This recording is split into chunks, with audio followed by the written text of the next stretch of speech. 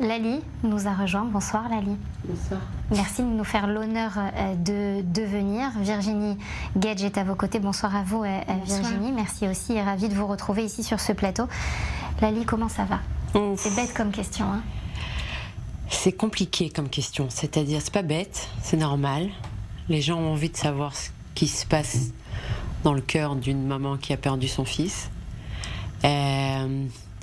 Mais c'est impossible de répondre à cette question parce qu'on passe, enfin moi je passe d'un état de tristesse infinie. J'ai découvert des membres dans mon corps que je savais même pas qu'ils existaient, mais qui leur seul rôle c'est de me faire mal d'un côté, et de l'autre ce sentiment comme ça d'être pris dans les bras par le peuple d'Israël qui est venu par milliers pour nous consoler pendant la semaine qui est passée. Et donc on passe vraiment d'un sentiment à l'autre comme ça. C'est pas, on m'a parlé des étapes du deuil, il n'y a pas d'étape du deuil, il y a 50 000 étapes en même temps qu'on essaye de gérer à la fois. Et puis il y a les inquiétudes pour ma mère par exemple, qui a perdu son petit-fils, pour la femme de mon fils, qui est veuve aujourd'hui, c'est incroyable d'y penser, pour mes petits-enfants qui sont orphelins. Alors il y a beaucoup d'inquiétudes et beaucoup de tristesse, bien entendu, mais aussi beaucoup d'émotions que le peuple d'Israël nous envoie. C'est-à-dire qu'on a vraiment le sentiment qu'ils sont avec nous à 100%. Qu'ils sont avec nous à 100%. Je reçois des centaines et des centaines de messages par jour. Je ne peux pas répondre à tous, mais c'est juste incroyable de ressentir à quel point nous ne sommes qu'un, en fait. Et que tous ceux qui essayent de nous diviser, ils n'y arriveront jamais. Ça ne marchera pas. Que ce soit... C'est important ce que vous dites, et ça... On a le sentiment, et on a tous été, tous autour de cette table, toutes dans cette rédaction, et je pense bien au-delà, été frappés des mots que vous avez eus à ce moment où vous devez dire au revoir à votre fils, et où vous exigez du tout Israël, des hommes politiques, non pas de descendre vers le peuple, mais vous avez eu ce mot qui m'a soudain semblé tellement vrai et tellement juste, de monter vers le peuple, de s'élever vers ce peuple israélien dont on a vu la splendeur. On a vu des moments très sombres aussi de ce peuple israélien qui sait ne pas s'unir, mais on a vu sa splendeur aussi. Je crois que on a passé 1 année et demie qui ont précédé le 7 octobre. On a oublié qui on était. Et malheureusement, il a fallu le 7 octobre pour qu'on se rappelle qui on était, pour qu'on se rappelle notre force, notre résilience, notre capacité à s'unir. Vous savez, Saadia, mon fils, il a pleuré 2 fois au cours de cette guerre. Il a pleuré la première fois quand il est parti vers le nord, le jour de Simchat Torah. Il a été appelé, et il a appelé ses Chayalim, et dès qu'ils ont vu que c'était lui le grand rabbin, alors ils se sont dit c'est bon, on peut appeler. On rappelle que c'était pendant Shabbat, on peut répondre au téléphone. Et quand il est arrivé dans la base avant de monter dans la base où il était dans le nord, l'amour qu'il a reçu du peuple d'Israël, ça l'a fait pleurer. Il a pleuré une 2e fois quand il est revenu après ces 5 mois de réserve et qu'il a vu la division au sein du peuple. Il n'a pas pu supporter en fait ce décalage entre ce qu'il a ressenti au sein des réservistes, cette union qu'il y avait entre eux, et ils venaient de partout. Il y avait des gens qui avaient habité en Judée-Samarie, des gens de Tel Aviv, des gens d'Ashdod, de Ofakim, de partout, du nord, du sud, avec kippa, sans kippa, athéistes, religieux. Ils étaient, mais pas un seul n'a pensé à faire un croche-patte à l'autre pendant la guerre. Et c'est ça que j'ai exigé en fait des hommes politiques.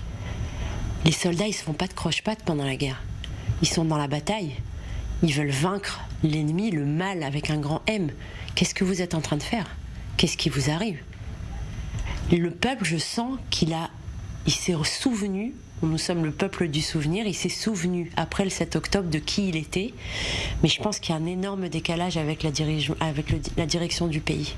Est-ce que ces mêmes gouvernants que vous avez pu côtoyer pendant longtemps et que vous connaissez parfois très intimement, est-ce que vous avez le sentiment qu'ils vous ont écouté quand vous les avez invectivés au cours de cette semaine où ils sont venus vous rendre visite? Je crois que, vous savez, on dit que même une pierre, elle peut être, quand il y a une goutte d'eau qui tombe dessus, elle arrive à l'affaiblir, à la faire, voilà, exactement. Je crois que plus ces paroles seront dites, et je crois que c'est des paroles qui sont dites de plus en plus au sein de la société israélienne, et plus ces paroles seront dites, et puis ils comprendront que le monde ne s'arrête pas à Twitter, que le monde va au-delà, que la 90% de la population israélienne a soif d'unité, mais pas une unité qui balaye les idéologies, pas du tout. Il n'est pas question, je ne vais pas changer d'idéologie pour pouvoir... C'est pas ça le but.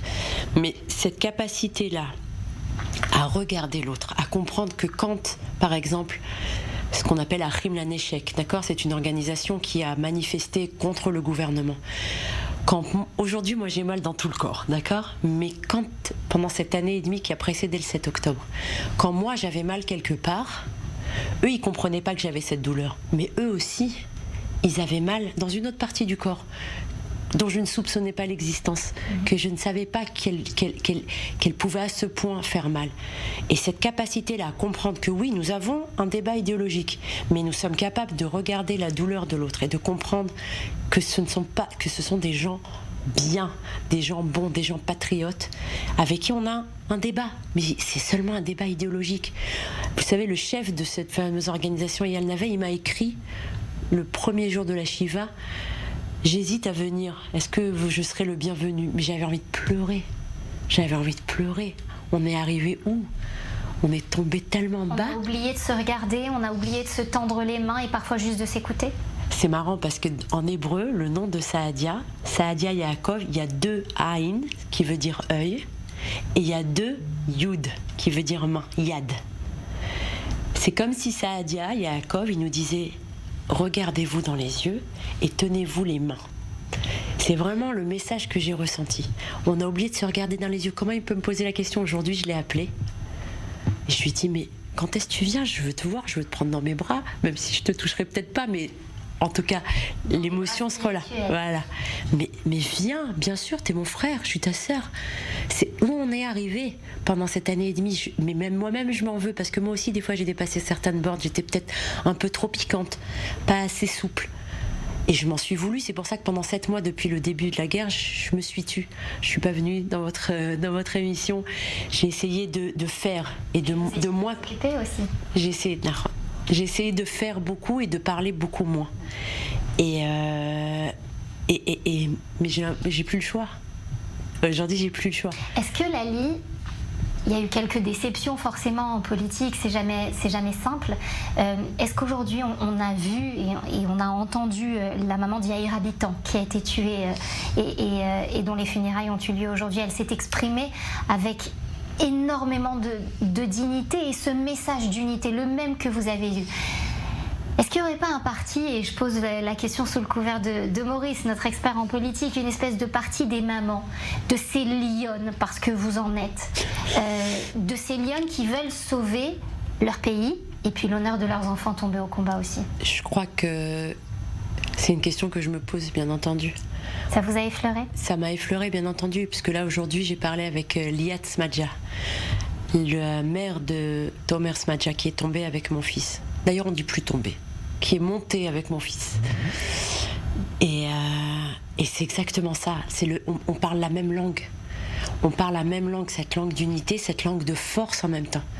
Cette volonté de rappeler encore une fois au peuple d'Israël à quel point il est extraordinaire et que, nonobstant tout ce qu'on dit autour et ce qui se dit dans la stratosphère des réseaux sociaux, vous savez, il y a la phrase de Nietzsche qui dit: celui qui a un pourquoi saura faire face à tous les comment. Le comment, je pense qu'on a des armes, on a des tanks, on a tout ce qu'il faut. Le pourquoi, il n'est pas suffisamment clair. Il n'est pas suffisamment clair au niveau du leadership. Le peuple, il a compris le pourquoi à 100%. Il est en plein dedans. Il a une certitude qu'il habite. et je l'ai vu, les milliers de personnes qui sont venues, c'est cette certitude qui les habite, et ils ont soif de cette parole-là, de ces paroles-là, de ce rappel à l'ordre en fait. Et vraiment, je suis d'accord avec vous. Moi, j'ai l'impression d'avoir une mission. Le jour de l'enterrement, j'ai mis une robe, j'ai cherché. Au début, je me suis mis une robe noire, toute simple. Après, je me suis dit non, je veux lancer un message, même dans ma manière de m'habiller. J'ai mis une robe vert kaki. Une robe qui ressemblait à un uniforme. Je suis une soldate aujourd'hui. J'ai pas le choix. J'ai pas le choix au niveau psychologique, parce que j'ai l'impression que si je laisse tomber ce combat, je vais m'écrouler. Mais j'ai pas le choix parce que c'est ce que mon fils, il a dit me voici. Quand on l'a appelé, il a dit me voici. Et donc là, on m'a appelé. J'ai pas le choix. Voilà. Maurice, une remarque que vous voulez faire à Lali, j'étais à l'enterrement. Waouh. Et tu nous as fait beaucoup pleurer. Mais je me suis posé cette question, comment une mère qui vient de perdre son fils arrive à faire un discours aussi structuré, aussi fort, aussi avec des mots comme ça. Moi, j'aurais pleuré. Moi, je n'aurais pas tenu. Et d'ailleurs, toutes ces oraisons, beaucoup n'ont pas tenu en pleurer. Mais Lali a tenu le coup et Lali a transmis un message. Mais Lali, moi, il y a une autre. Je voudrais parler d'autre chose. Ton fils aîné s'appelle Abraham ? Ouais. Abraham, il a parlé le jour de l'enterrement. Et j'étais touché par son message beaucoup plus que par tous les autres. Parce que qu'est-ce qu'il a dit, Abraham ? Abraham, il a dit, on a le coutume de dire dans ces occasions que Dieu prend les meilleurs. Alors ça veut dire quoi, nous qui restons ici, on est des nuls. Si on est des nuls, qu'est-ce qu'on va faire ? Pourquoi tu nous prends les meilleurs pour nous laisser, nous, entre nuls ? On n'aura pas de solution, on ne pourra rien faire. Et donc il a imploré Dieu de lui envoyer tout de suite la libération, la Géoula, parce qu'il ne pouvait plus attendre, parce que c'est plus possible. Et cette façon de s'adresser à Dieu directement en lui disant « je ne peux plus attendre », c'était quelque chose qui m'a sorti toutes les larmes de mon corps, pas des larmes de désespoir, des larmes d'espoir, parce que si des gens comme ça arrivent à s'exprimer de cette façon, bravo Lali. Mes enfants, c'est quelque chose de particulier. Ils ont un rapport tellement naturel avec cette terre, avec nos enseignements, avec le peuple, avec Dieu.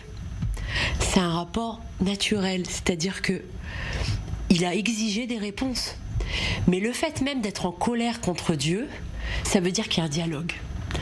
Ça veut dire que ça, je me suis posé la question, comment on aurait fait si on n'avait pas eu ce dialogue qui est parfois douloureux, qui est colérique.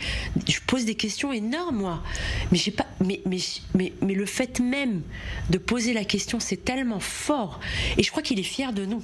Il est fier de nous, Dieu, qu'on n'a pas renoncé, qu'on exige de lui le bien, qu'on exige de lui la justice, qu'on exige de lui la vérité. On l'exige parce qu'on a confiance en lui. Et mon fils qui a eu cette phrase, il a tellement raison. Mais d'un autre côté, à part le cercle de Saadia qui le connaissait, qui l'admirait, qui ont vu cette capacité à unir les opposés, qui aurait connu Saadia ? Aujourd'hui, par son départ, par le fait qu'il soit arrivé là où il est arrivé, tout Israël sait que c'est possible d'unir les opposés, qu'on peut être à la fois un héros, quelqu'un qui prend un mag qui est plus grand que lui et qui porte avec lui les tefilines, 2 paires de tefilines, parce qu'il portait aussi les tefilines de mon père qui est décédé aussi il y a quelques mois, et un talit et des livres, parce qu'il fallait surtout pas perdre une minute, et porter la veste en céramique avec le gilet pare-balles et les énormes balles de son mag et tout ça, et porter avec un sourire comme ça énorme. Il nous a appris que c'était possible et que ce qui nous semblait opposé dans ce monde en fait n'était qu'un. Et malheureusement, c'est triste, c'est terrible de se dire que il a fallu qu'il parte pour qu'on prenne conscience de ça. Mais en même temps, je me dis, moi, ce qui m'a réveillée, c'est qu'on a reçu les visites de ces soldats qui étaient avec lui. Et ils sont tous comme ça. C'est une génération qui est capable d'unir la gvoura, c'est-à-dire l'héroïsme, avec la sainteté, mais pas la sainteté religieuse. C'est pas ça. Je reviens. C'est au-delà. C'est au-delà, et je vous interromps, Lali, parce que vous rendez bien sûr hommage à Saadia, mais Virginie, qui est à mes côtés, elle avait envie de vous rendre hommage à vous aussi. Au départ, quand on a dit à Virginie de venir ici, les dimanches soirs, pour nous accompagner, on voulait une chronique décalée, une pastille drôle pour clore l'émission. Et aujourd'hui, on a compris combien c'était difficile.